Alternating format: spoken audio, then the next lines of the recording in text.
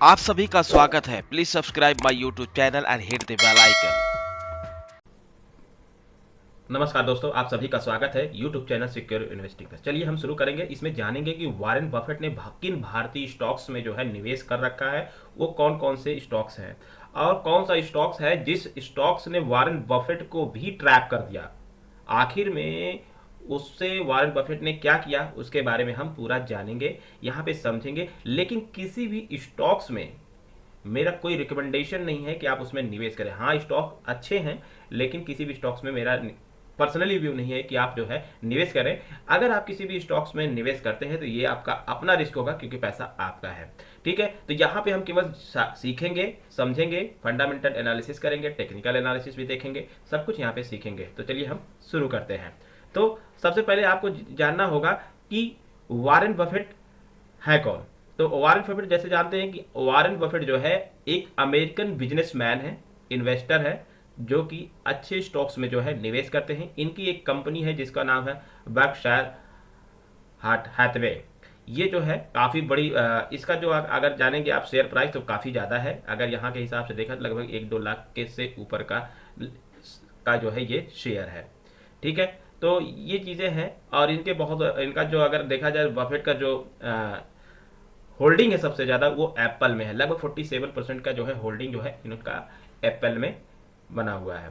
तो हम इसमें क्या है कि वन बाय वन हम इनके स्टॉक्स जो इंडियन मार्केट में किन स्टॉक्स में इन्होंने निवेश करके रखा हुआ है उसके बारे में जानेंगे। और एक ऐसा भी स्टॉक्स है जिसने इनको ट्रैप किया, उसके बारे में भी मैं आपको बताऊंगा लास्ट में। तो आप वीडियो को लास्ट में तक बने रहिएगा, जिससे आपको कंप्लीट इन्फॉर्मेशन आपको मिलेगा। तो देखिए, सबसे पहले अब इसमें क्या है कि एक स्टॉक्स है जिसका नाम है कैपलिन पॉइंट। देखिए, कैपलिन पॉइंट क्या है। कैपलिन पॉइंट जो है अगर देखा जाए तो ये जो है 1566 करोड़ की एक कंपनी है, कह सकते हैं एक तरह का स्मॉल कैप कंपनी है। ठीक है, इसका जो अगर इसका आरओई और ये सब चीज़ें हैं तो इसको हम देखेंगे। तो ये इसका आरओई देख हम आगे जो इनका फंडामेंटल डेटा है उसके बाद उसको देखेंगे। देखिए, सेल्स अगर आप देखें ईयर और ईयर बेसिस पे तो कंटिन्यू जो है इंक्रीज कर रहा है। मतलब इसे सेल्स को कहते हैं टॉप लाइन, तो टॉप लाइन कंटिन्यू इंक्रीज कर रहा है और बॉटम लाइन भी कंटिन्यू इंक्रीज कर रहा है। ठीक है, ऑपरेटिंग प्रॉफिट भी कंटिन्यू इंक्रीज करते हैं। मतलब क्या है, ये काफ़ी शानदार कंपनी है। ठीक है, और इसमें देखिए इसका अगर आप देखें ईपीएस अर्न पर शेयर, कंपनी जो है एक शेयर के पीछे इस समय जो है करंट टाइम में 57 रुपये कमाती है। तो ये काफ़ी शानदार इसका मतलब पूरा डेटा अगर टेक्निकल मतलब फंडामेंटल डेटा देखा जाए तो ओवरऑल काफ़ी शानदार है कैपलिन पॉइंट का। अगर चार्ट पे देखेंगे तो थोड़ा सा इधर बीच में गिरावट हुआ, गिरावट के बाद ये अगेन नीचे से जो है रोल बैक कर रहा है, ऊपर की तरफ अगेन पुश हो रहा है धीरे धीरे। तो करंट टाइम पे पोजीशन जो है अगर 1 आवर, ये मंथली चार्ट है, अगर 1 आवर के चार्ट पे जाएंगे तो आपको एक जो है लगभग इसमें पोजीशन थोड़ा थोड़ा बहुत जो है इसमें पोजीशन ऐड किया जा सकता है। ठीक है, लेकिन मेरा कोई रिकमेंडेशन नहीं है। हाँ, ये कि मैं एक आपको एक सिनारियो दे सकता हूँ कि हाँ बनाया जा सकता है फिलहाल के लिए। ठीक है, और उसके बाद हम दूसरी इसका दूसरा जो स्टॉक्स है वो है जीटीएल इंडस्ट्री। जीटीएल इंडस्ट्री जो है इसका अगर फंडामेंटल डेटा देखें तो जीटीएल इंडस्ट्री का देखिए कंटिन्यू ये भी इंक्रीज कर रहा है। मतलब 2012 में जहां पे 88 करोड़ का इसका टर्नओवर होता था, आज के डेट में वो जो है लगभग 2000 करोड़ के आसपास का टर्नओवर है। और नेट प्रॉफिट जो कभी जो 2012 में जीरो और 2013 में 1 करोड़ का प्रॉफिट होता था, आज की डेट में वो 120 करोड़ का प्रॉफिट कर रहा है। ऑपरेटिंग प्रॉफिट जो इसका कोर बिजनेस जो है उससे भी काफी अच्छा शानदार ये रिटर्न जनरेट कर रहा है। तो ओवरऑल अगर कंपनी का डेटा देखें तो बहुत शानदार है इसका। और इसका देखिए, और ईपीएस भी कंटिन्यू इंक्रीज कर रहा है। हाँ, ये है कि अपॉर्चुनिटी आपको कहाँ मिलेगी, ये चीज़ें आपको देखने पर। तो इसको चार्ट पे हम देख सकते हैं। चार्ट पे देखिए ये एक बड़ी गिरावट है, लगभग 33 से 39% के 40% का ये गिरावट नीचे हुआ। और उसके बाद ये मंथली जितनी भी चार्ट में यहाँ पे शो कर रहा हूँ, मंथली चार्ट शो कर रहा हूँ यहाँ पे। उसके बाद धीरे धीरे ये अभी इस लेवल को ब्रेक करने की तैयारी कर रहा है। तो मे भी यहाँ पे ब्रेक कर सकता है। तो अगर आपको पोजीशन इसमें बनाना है तो आप जो है करंट प्राइस पे बना सकते हैं, लेकिन थोड़ा सा इसको नीचे आने दें। नीचे आने के बाद बनाएंगे तो एक अच्छा रिटर्न जल्दी आपको मिल सकता है। उसके बाद अगर हम तीसरी स्टॉक की बात करें, तीसरा स्टॉक है मालकॉम इंडिया। अगर इस समय करंट टाइम 1093 पे ट्रेड कर रहा है। और इसका अगर आप फंडामेंटल डेटा देखें तो सेल्स अगर देखें तो कंटिन्यू इनका भी इंक्रीज कर रहा है। कंटिन्यू देखिए, अगर आप देखिए कंटिन्यू इंक्रीज कर रहा है। 141 करोड़ जो 2012 में होता था, आज के समय में 411 करोड़ का है। और नेट प्रॉफिट जो है कंटिन्यू इंक्रीज कर रहा है। हाँ, थोड़ा सा इधर डाउन है, लेकिन फिर भी अगर देखें 12 मंथ का जो है डाउन है। अदरवाइज अगर ईयरली देखें तो आपको कंटिन्यू इंक्रीज कर रहा है। तो ओवरऑल डेटा इसका भी काफ़ी शानदार है। तो डेटा अगर ओवरऑल देखते हैं मालकॉम इंडिया का भी ज़बरदस्त है। कोई इसमें डाउट नहीं कि कंपनी कोई बेकार कंपनी है। तो और ये देखिए यहाँ पे बिल्कुल ये नीचे आया और यहाँ पे काफ़ी एक रेंज है, कह सकते हैं यहाँ पे फंसा हुआ है, कह सकते हैं यहाँ पे टाइम बिता रहा है और जब यहाँ से निकलेगा तो एक अच्छा रिटर्न आपको देगा ही देगा। ठीक है, अगर देखिए फंडामेंटल डेटा अगर सही है तो आने वाले समय में वो रिटर्न आपको जरूर देगा। ऐसा नहीं कि आपको नुकसान में जाएगा, हाँ आपको पेशेंस रखना होगा, लंबे समय तक होल्ड करना होगा, तो आपको एक अच्छा रिटर्न मिल सकता है। ठीक है, उसके बाद अगर हम चौथी कंपनी की बात करें तो वो है सुप्रीम पेट्रोकेम। ये इस समय जो है 639 रुपये पे जो ट्रेड कर रहा है सुप्रीम पेट्रोकेम, और इसका आरओई जो है 27% का, रिटर्न ऑन इक्विटी जो है 27% है। और अगर इसका फंडामेंटल डेटा देखें तो 2013 में 3200 करोड़ था, आज के समय में वो जो उसका दुगना हो चुका है, लगभग 5287 करोड़ का टर्नओवर है, सेल्स है। और कंटिन्यू अगर देखें तो 2013 के बाद थोड़ा डाउन हुआ, डाउन के बाद जो है इसने थोड़ा सा, एक्चुअली क्या है कि ये जो पेट्रोकेमिकल की जो कंपनीज होती हैं थोड़ा सा इसमें जो है फ्लक्चुएशन रहता है, लेकिन अगर 2019 से देखें तो इसका डेटा जो है कंटिन्यू जो है एक तरह से इंक्रीज कर रहा है। हाँ थोड़ा बहुत फ्लक्चुएशन अप डाउन हो रहा है मूवमेंट, तो इसलिए ऐसे स्टॉक से मैं कहूँगा देखिए ओवरऑल कंपनी अच्छी है, लेकिन थोड़ा सा इससे पेशेंस से दूरी रखेंगे तो ज़्यादा बेहतर रहेगा। बाकी डेटा इसका भी डेटा अच्छा है, और जिसमें सभी में जो है होल्डिंग लगभग 60% से अधिक की होल्डिंग, जो भी स्टॉक्स में यहाँ पे बता रहा हूँ सभी में जो होल्डिंग है प्रमोटर की वो लगभग 60% से अधिक की होल्डिंग है। और अगर उसके बाद जो कंपनी है उसके बाद चार्ट पे देखिए, चार्ट पे कंसोलिडेट करके ऊपर जा रहा है। ये इंडो बोरेक्स केमिकल है, 194 पे ट्रेड कर रहा है। ठीक है, इसका जो है लगभग रेवेन्यू जो है 213 करोड़ का है।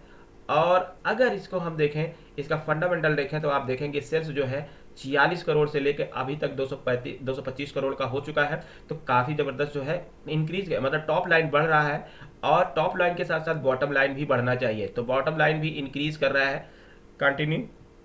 तो ओवरऑल मतलब डेटा अगर देखा जाए तो इसका भी काफ़ी शानदार डेटा है, डेटा से मतलब फंडामेंटली डेटा देखा जाए तो काफ़ी ज़बरदस्त, कोई कंप्रोमाइज़ नहीं है। ठीक है, इस और उसके बाद अगर देखें जो एक चार्ट पे देखें तो नीचे आके उसके बाद ऊपरी की तरफ निकल रहा है, तो ये चीज़ें हैं। राजरत्न ग्लोबल वायर, अगर राजरत्न ग्लोबल वायर को देखें 625 रुपये पे करंट टाइम पे ट्रेड कर रहा है, अगर लगभग आसपास में।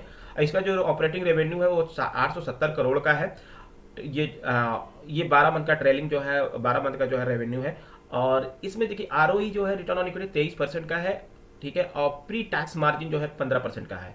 तो अगर इसका फंडामेंटल डेटा देखें तो फंडामेंटल डेटा आपको सेल्स अगर देखें तो सेल्स 252 करोड़ 2013 में था, आज के समय में ये लगभग जो है 900 करोड़ का टर्नओवर हो चुका है। और ऑपरेटिंग प्रॉफिट 20 से 62 हो गया, अगर इसका करें तो लगभग जो है 12-13% का 12-13 गुना हो चुका है। और इसका नेट प्रॉफिट अगर देखें जो कभी 2014 तक माइनस में हुआ करता था, तो क्योंकि इस माइनस होने का मतलब ये है कि इसमें इन्होंने 2013 और 14 में इन्होंने टैक्स काफ़ी ज़्यादा चुकाया है। देखिए 344% का टैक्स और 252-63% का टैक्स, तो काफ़ी ज़्यादा टैक्स इन्होंने दिया। उसके बाद कंटिन्यू जो है इसने देखिए लगभग 2, 16, 19, 17, 27, 33, 53, 124, तो थोड़ा सा इधर डाउन है, अदरवाइज ये काफ़ी ज़बरदस्त स्टॉक्स है। थोड़ा सा डाउन होने की वजह से इसको चार्ट पे भी देखेंगे, चार्ट पे भी डाउन हुआ है, तो चार्ट पे भी आपको इसका डाउन दिखेगा। ये देखिए चार्ट पे देखिए ऊपरी यही लेवल है, 2022 के आसपास लिस्ट हुआ, उसके बाद ऊपर गया, ऊपर के बाद यहाँ नीचे की तरफ लेवल पे आ रहा है। तो अभी इस स्टॉक्स में निवेश करने से आप दूर रहें।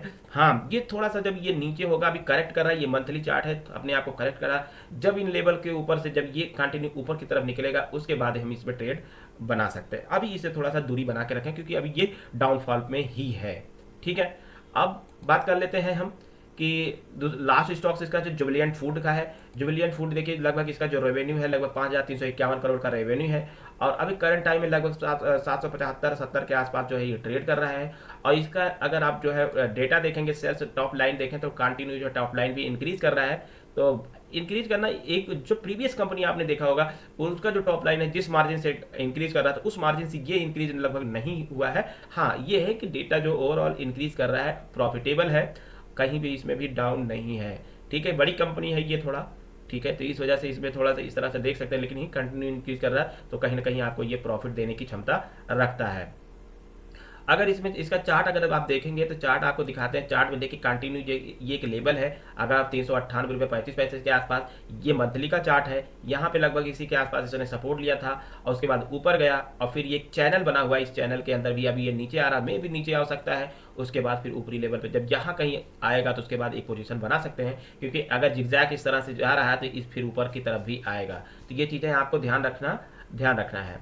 ठीक है। उसके बाद आपके स्टॉक्स जो हम लास्ट जो इसका स्टॉक्स है ये है पेटीएम। पेटीएम के बारे में आप जानते हैं, पेटीएम पेमेंट बैंक रेगुलेटरी, इसको क्या है कि ये कंटिन्यू जो है डाउनफॉल में रहा है। मतलब ये कि 400 के आसपास आया था, उसके बाद लगभग रिकवर किया था, लगभग 100% से ऊपर का जो है रिकवरी किया, उसके बाद अगेन इसमें डाउनफॉल आ गया।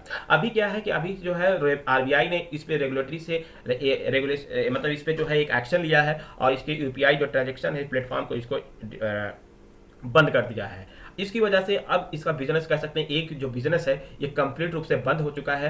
अभी क्या है, जो आप देखते हैं दुकानों पे देखते होंगे बॉक्स जो लगे होते हैं पेटीएम के, यहाँ भैया मैंने जो है इतना रुपया रिसीव किया, ये वाला जो मैसेज आता है ये आप सुनते होंगे, तो ये इसका बॉक्स है। लेकिन इस बिजनेस में जो है जियो भी है, फाइनेंस भी आ चुका है, तो इसका इंपैक्ट इसको पड़ सकता है। ये बहुत बड़ा बिजनेस नहीं, अगर किसी और बिजनेस में ये नहीं जाता है तो ओवरऑल अगर आप इसमें निवेश है इस स्टॉक्स पे तो दूरी बना के रखें, चाहे ये कितनों ज्यादा जो है कह सकते, चाहे नीचे से फिर ऊपर चला जाए 200%, तब भी इसमें निवेश करने से दूर रहें। क्योंकि इसका ओवरऑल डेटा अगर आप देखेंगे तो मैं आपको इसका फंडामेंटल डेटा दिखा देता हूं जो कि आपको सही इन्फॉर्मेशन पता चले। देखिए एनुअल बेसिस पे देखिए 2020, 21, 22, 23 अगर कोई भी स्टॉक से रिटर्न ऑन इक्विटी करे, मतलब इक्विटी पे जो रिटर्न मिल रहा है इसको देखिए -35%, 25%, 16%, 13%, ये हमेशा मतलब माइनस में ही जाता जा रहा है। मतलब ये कम है हुआ है, लेकिन कहीं ना कहीं जो है रिटर्न ऑन इक्विटी जो है धीरे धीरे ये जो है माइनस में ही है, तो बहुत अच्छा उम्मीद नहीं रह सकते। रिटर्न ऑन कैपिटल एम्प्लॉयड, ये क्या होता है कि एक शेयर के पीछे जो 2020 में लगभग 29 रुपये का नुकसान होता था इसको,